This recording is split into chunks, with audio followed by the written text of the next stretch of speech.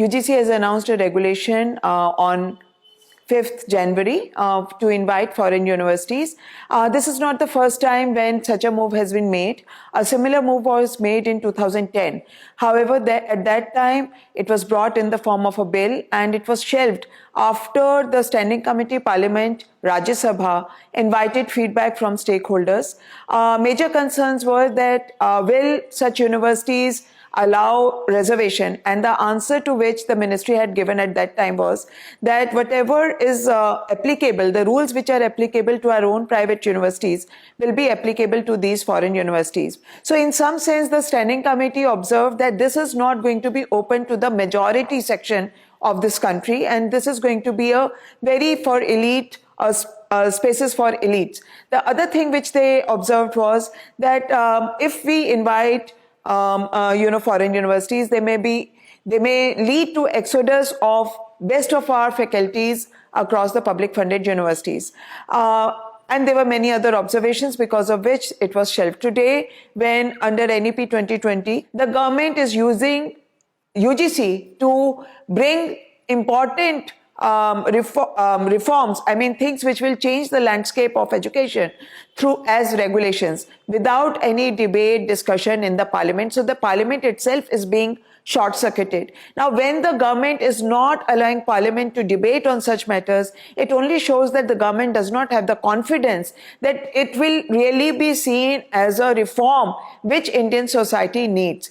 The whole idea that foreign universities will now be able to take away money, they can generate money. This UGC regulation allows profit making in higher education by these foreign universities. My understanding is that out of they're saying that we will invite the top 500 universities. I do not think that universities are wanting to come here.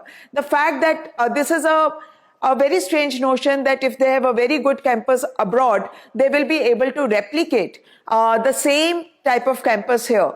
That is an imagination. It is a false assumption, because what goes in making of an institution is a very important thing, and education which is relevant in one place may or may not be relevant in another. But what is going to happen is that our own private education system, which is a very big parallel domain. In fact, in technical courses, the private is occupying 95% of spaces. The private is going to demand that allow profit making in higher education. And we see already that NEP 2020 actually is a way in which the government wants to move out of the education sector, and it is also going to force the public funded institutions to raise fee because grants are being replaced through loans by HIFA. So we see that the attempt of the government will be first to allow private to make profit. The next is to decrease the margin between the fees for public and private. They are going to force public funded education system to charge more fees because they will not give grants, and for teachers and for infrastructure, the money will start coming from the students. Now, a country where more than 50% population is below the age of 25 and the government is having withdrawal symptom is a very bad sign for Indian population, for us, because we can be a strong nation only if the government puts in money. And if we are not ready to improve the quality of education, we cannot rest we cannot outsource this responsibility of providing quality education to few foreign campuses, foreign university campuses in India. This is a completely wrong notion.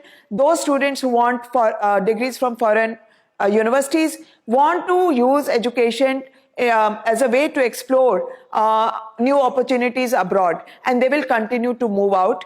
What these foreign universities will do, they will become isolated spaces for elite students, but on the basis of this, the hue and cry will be that allow profit making in higher education by all the private players. And I think this is a bad news for us. We need to fight anything which goes against the Constitution. The Constitution saw education as a very important factor to integrate the society, to strengthen democracy, and we need to continue to fight for education as a public good.